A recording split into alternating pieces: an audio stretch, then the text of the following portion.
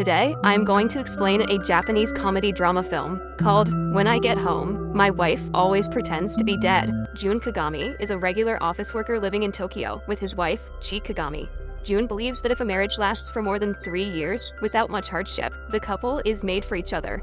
His first marriage ended after 3 years, so before marrying Chie, the two had made an agreement to renew their marriage contract after their 3rd anniversary. If they feel like they can no longer be together, they will simply walk out of each other's lives. Currently, the pair's 3rd marriage anniversary is approaching, and Jun is nervous about how their future will play out. While thinking about such things, he returns home from work. He rings the doorbell, but no one answers. It is quite unusual because Chie always welcomes him at the door. Jun uses the spare key to get inside and is met with a horrifying sight.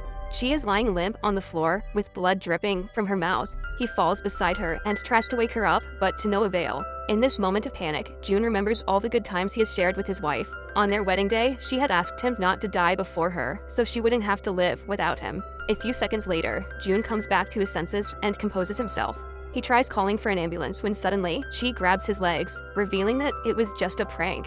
As Jun looks at her in shock, she asks him if he is surprised and giggles. When he doesn't reply, she simply asks him to come to the kitchen for dinner. After Jun has come out of his shocked state, he jokes about Chie using ketchup as fake blood. The couple laughs as Chie mocks Jun's reaction to the prank. For the rest of the dinner, their mood is happy and lightened. The following morning, Chie asks for a kiss before Jun leaves for work. He tells her they are not newlyweds anymore, so it is just cringe. Chie, however, doesn't share his views. She hugs him tightly, claiming that they never know what will happen during the day, so this might be their last goodbye. On his way out, Jun drops off the garbage bag into the bins. A cleaning lady goes through them and sees the bloodied clothes from yesterday. She starts to believe Jun is doing something sketchy in his apartment. In the office, Jun tells his coworker Seno about the prank Chie pulled on him yesterday. Seno compliments Chie for putting effort to be funny and wishes his wife was less serious. "I'm with Seno. I wish my wife would occasionally trick me into thinking she's dead, traumatizing me for life." Jun thinks that Chie is testing to see if he still loves her, so it would be easier to decide if she wants to stay with him, even after 3 years. Later, in the evening, Chie is cooking dinner when she gets a text from Jun saying that he is returning home. She smiles mischievously at the text, ready for her next prank. Some minutes later, Jun walks in and sees his wife lying on the floor with her head inside a realistic alligator's mouth. She is pretending to be eaten by the animal. Jun plays along and pulls her out of its mouth to save her. She dramatically thanks her husband for saving her life and says that they should eat dinner now. Following that, she continues to play dead every day, getting more creative with each prank. One day, she pretends to be a maid who died after being caught in a conflict. Following that, she is a trapped soldier shot by the enemies. But the one that impresses Jun the most is when she pretends to be shot by an arrow through her head. He compliments the creativity, although he's getting more and more bothered by the pranks as time passes. Jun cannot decipher why she is doing them, and with the 3rd anniversary approaching, it worries him even more. One day, he is dumping the garbage again, which now mostly contains props that Chie uses to pretend to be dead. The cleaning lady goes through the bag and finds a bloodied knife. She makes a scene in front of everyone and calms down only when Jun explains to her that the blood is ketchup. He again expresses his uneasiness to his coworker Seno, who suggests he send Chie to her parents' home for a few days. Yeah, let her give her father a heart attack instead. As they talk, Jun begins to tell him how he first met Chie and got to know her. He was in Shizuoka for a business meeting, but he missed his bus back home. Chie saw him running behind it and invited him to her father's restaurant. She was a pretty young girl, but her cheerful personality is what caught Jun's eyes. Her mother had passed away when she was only 5, but she never let her sadness show in front of people. Before leaving, she had told him her wish was to eat a dessert from Mont St. Clair in Tokyo, and he invited her to the city sometime later. Seno is pleasantly surprised by the unique love story. That day, Jun returns home to see Chie has turned herself into an old soldier from the medieval period who died in the war. She has used several arrows because Jun had praised her the last time. He plays along and pretends to be sad about her death, but he doesn't have to pretend anymore when he sees the price tag on the costume she is wearing. The next day, he tells Seno that he is going to play along with the pranks to see if she will stop doing them. Hence, when he returns home and sees her being abducted by fake aliens, he puts on the best performance of his life and fights them. However, this doesn't stop Chie. Instead, she prepares him an elaborate skit, asking him to perform better. One time, she pretends to be a dead vampire who has to be revived by pulling at the dagger in her chest. Jun does as the skit says and gets bitten by her in the process. Following that, she pretends to be Juliet, who needs Romeo's help to be revived from the dead. Similar to the last time, Jun acts like he is mourning and brings her back to life. At work, he cannot focus anymore and is almost scared to return home. Sano sympathizes with his work friend. To make him avoid the pranks for just a day, he invites the couple to dinner with his wife. They all meet at a restaurant at the end of the day. Sano's wife Yumiko also joins them. While talking, Chie is asked why she decided to marry Jun. A flashback shows us that after meeting at the restaurant, the pair met in Tokyo as well.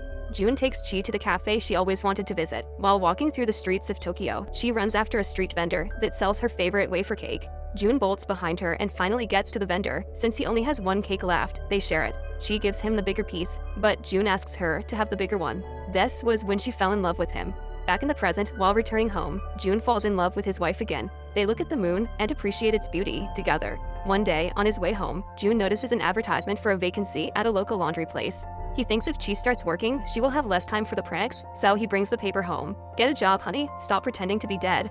She welcomes him, dressed as an Egyptian princess inside a coffin. After the dramatic encounter, they simply walk to the kitchen for dinner. Jun tells her about the vacancy and urges her to apply. She is skeptical at first, but she agrees to do it anyway. Starting the next day, she works at the laundry shop owned by an old man, yet it doesn't stop her from executing the pranks. She pretends to be killed by a bank robber that evening. Having had enough, Jun tells her that he is tired of seeing her play dead. The next day, Chie goes on a date with Sano's wife, Yumiko, and finds out she has been trying to get pregnant for 6 years, but hasn't been successful. The couple's relationship is rocky because of this, but Chie's kind words make Yumiko feel better. Jun brings his wife flowers and her favorite cake, but when he enters the apartment, he sees her pretending to be a ghost rising from her grave. Since he asked her not to play dead, she pretended to be a ghost who is already dead. Clever Chie. She hugs him for the cake and cooks him something good for dinner. On the weekend, she pretends to be a robot, but Jun forcefully makes her take the mask off. Following that, he notices a letter from his former wife asking him to meet her someday. The pair invites Sano and his wife to dinner one day. Yumiko notices the alligator toy in the room and is fascinated by it. It turns out that she is very much into alligators, which surprises even her husband. Everything goes well until Sano mentions that men need time off from their wives. This upsets Yumiko, and she gets into an argument with Sano. To make her feel better, she offers her the alligator if she wins an arm wrestling match against her. Yumiko wins because she used to train at karate. She happily takes the alligator home. Sano feels bad because he didn't know his wife's interests, even after being married for 6 years. The following day, Jun comes home to see Chie has turned herself into a person from 2050. For the first few minutes, he plays along and asks her questions about the future. But then, he inquires what he has to do for her to stop pulling these pranks. Chie goes silent and starts to calculate the average number of days they will spend together in the future. Even when he persists, she doesn't answer his question. Some days later, Yumiko tells Chie that she and Sano have decided to separate. She thanks Chie for making her feel appreciated. Because of her, the couple was able to talk about their feelings to each other. Somewhere else, Jun and Sano go to a restaurant to talk about the matter. Sano claims that the divorce is a good decision for both of them because Yumiko deserves a more attentive partner. Jun also reveals that his ex-wife once disappeared for 2 weeks and came back saying she wanted a divorce. By the end of the night, he is very drunk, so Chie picks him up. The following day, they get the news about Chie's father being in the hospital due to a heart attack. They quickly rush to her hometown and meet her father, who has thankfully been saved. Chie meets him but cannot control her tears afterward. When she is not in the room, her father tells Jun that she hasn't cried since her mother's death. He also mentions that one night, after her mother died, Chie saw him crying while looking at her picture. Starting the next day, she began to hide around the house when he returned from work. At first, her father thought it was troublesome and weird, but as time went on, the simple activity of her hiding helped him get over his wife's death because he was occupied. Jun realizes that he too has been more involved in their relationship since she started to play dead. He registers that her pranks are not a result of her being unsatisfied, but she just wanted to feel closer to him and keep him entertained. Later, the two go to the park where Jun proposed to her. They spend the rest of their day talking to each other about different things. The pair returns to Tokyo after a few days. Chie comes back home after work to see Jun lying on the floor with blood spewing from his mouth.